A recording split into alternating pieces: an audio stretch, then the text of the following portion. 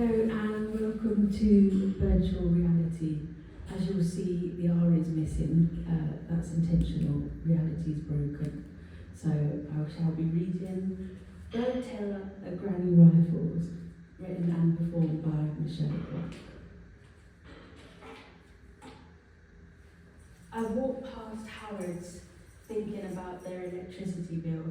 It must be astronomical with all of those lights. I think EDF must be charging me for it. My bill is so high. I reckon I'm paying for sunlight, heavenly light, and the light at the end of the tunnel. I take a deep breath and buzz on the door 3 times. Bzz, bzz, bzz. Nobody answers, but the door buzzes open. I'm carried along the deep pile carpet, and I feel like I'm being cradled in a grandma's bosom. Not my gran, she's as tough as nails. The door creaks open, and a very prim and proper woman, dressed in matching tweed, opens the door. And slowly reveals herself. Oh, hello. You must be Mrs. Haddock, I presume. Don't presume, came the harsh reply. I am Mrs. Polski-Schlepp, Mrs. Haddock's secretary. Put on these and take off shoes. I wrestle my feet into a pair of complimentary sparslip.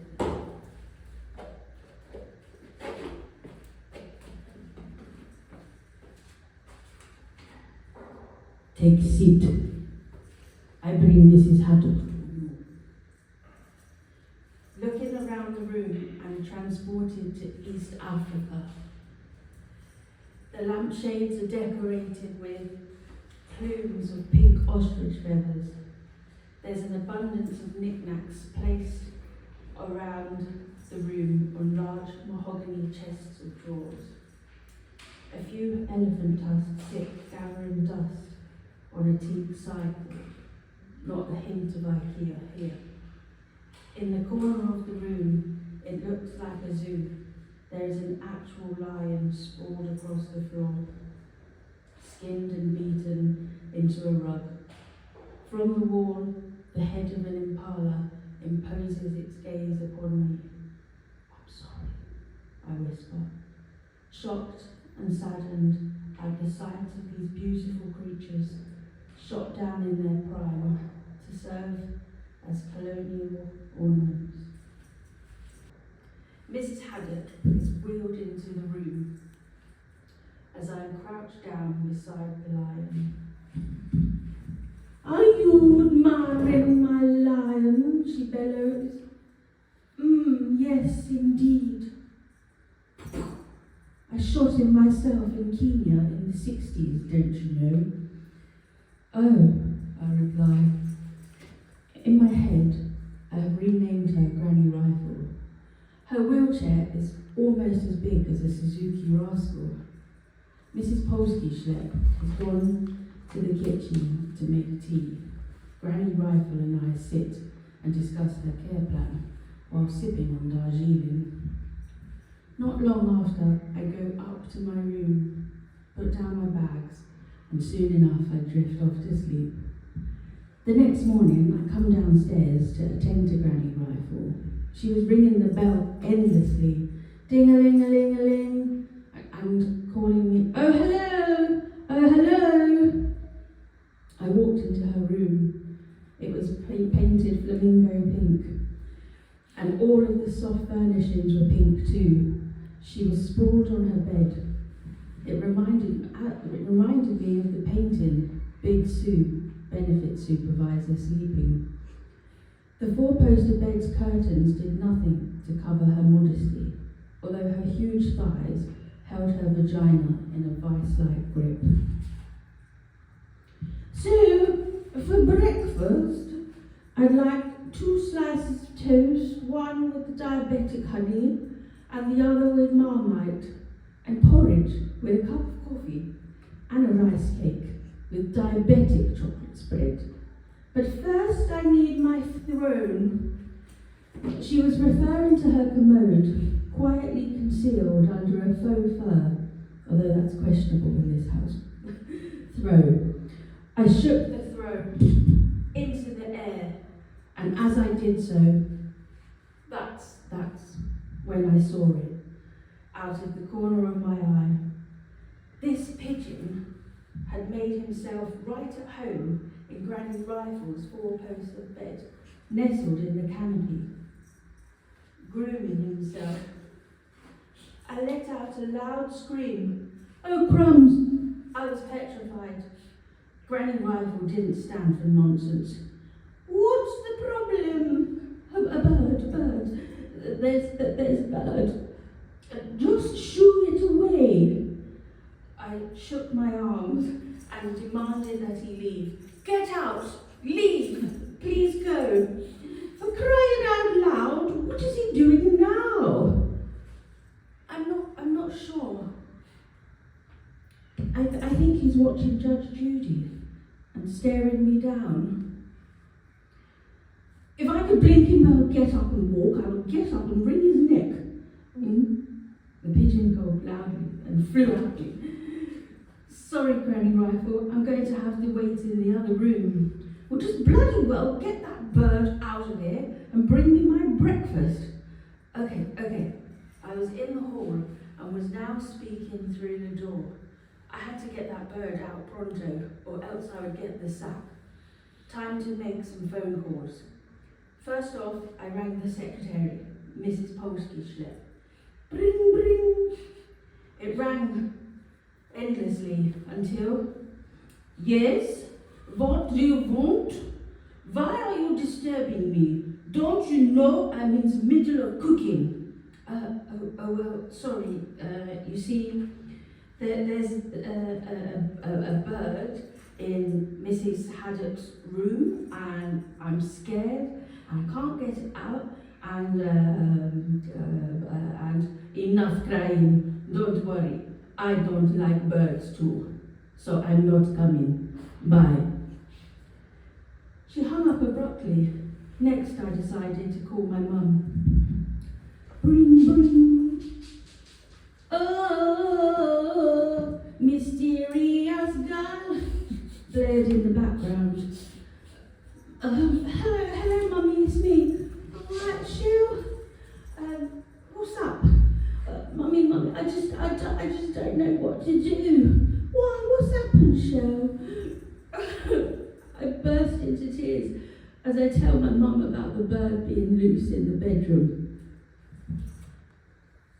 She paused to light her cigarette. Don't worry, darling. All you have to do is call the fire brigade. Oh, okay. Bye, darling. Gotta go. Me soaps are on. Come in, for goodness sake. I didn't want to, but you know, job's on the line. I opened the door and the bird flew down, swooping past my nose and flapping his feathers in my face. Oh, my heart was palpitating. Mrs. Haddock, how would you feel if I called the fire brigade? Do you mind 10 men in your room? Well, actually, yes I do. They can't come in here with me looking like this. But on this occasion, I shall allow it. I went into the kitchen and nervously dialed 999. Hello, what service? Fire brigade. Hello, fire brigade. How can I help? Well, yeah, you come out for cats in trees. Do you come out for birds in beds?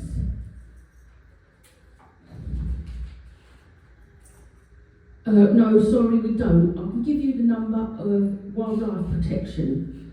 Yes, thanks. You too, bye. I called them straight away. It went to voicemail, asking me to text them. No reply. What was I going to do now? Hello? Granny Rifle called out. She always calls me, "Oh, hello." I answer her from behind the door. Yes, I sent an SMS. What did it say? It said, "Please help, pigeon is stuck in my room. I am a pensioner and I can't get out of bed to remove it. Please come and remove it." Well, you better jolly well get a move on. It's almost supper time and I want him and or you out before I go to bed. I had to hatch a new plan. Maybe introduce some foul play. So I decided to call the RSPCA. So the pigeon, who I had now given the name Grimewing, was flying around the room, trying to make a swift exit. But he kept flying into all of the shining objects. Granny Rifle also had about 100 different lights in her room, which just made Grimewing even more confused. He must have a headache from all that head banging. Meanwhile, I was still on hold, and I kept a close eye on Grimewing. The living room and the bedroom were joined by a patio. He could see me, and I could see him. We stared each other down until I finally got through. "Hello, my name's Doreen and you're through to the RSPCA. Hello, Doreen. I'm wondering if you can help me. You're my last resort." "Yes, go on, dear. What's happened?" "Well, a pigeon has got into the house and he's been here all day. I'm absolutely petrified of pigeons. And my elderly client is in the room and I can't attend to her." "Oh, okay, dear. Is the pigeon flying?" Yes, he is." "Oh, that's delightful," she cooed. "But we don't come out for birds that are uninjured." Grimewing looked at me smugly. And pooped on a statue defiantly. "Sorry, Doreen. Yes, he is injured." As I pummeled my palm with my fist. "Oh, the poor love, those poor innocent things. Oh, bless. He was probably hungry. Did you offer him any sunflower seeds?" "My lord, those creatures are so..."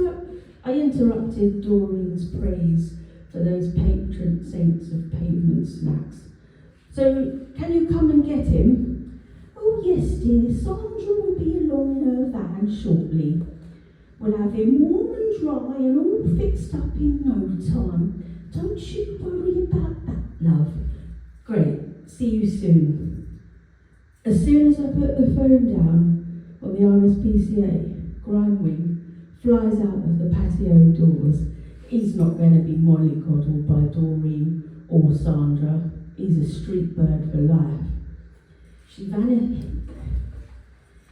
vanishes into the city sky like a greasy feathered comet, leaving behind a single claw mark on the windowsill and a faint smell of fried chicken. Somewhere in the distance, a fox yelps.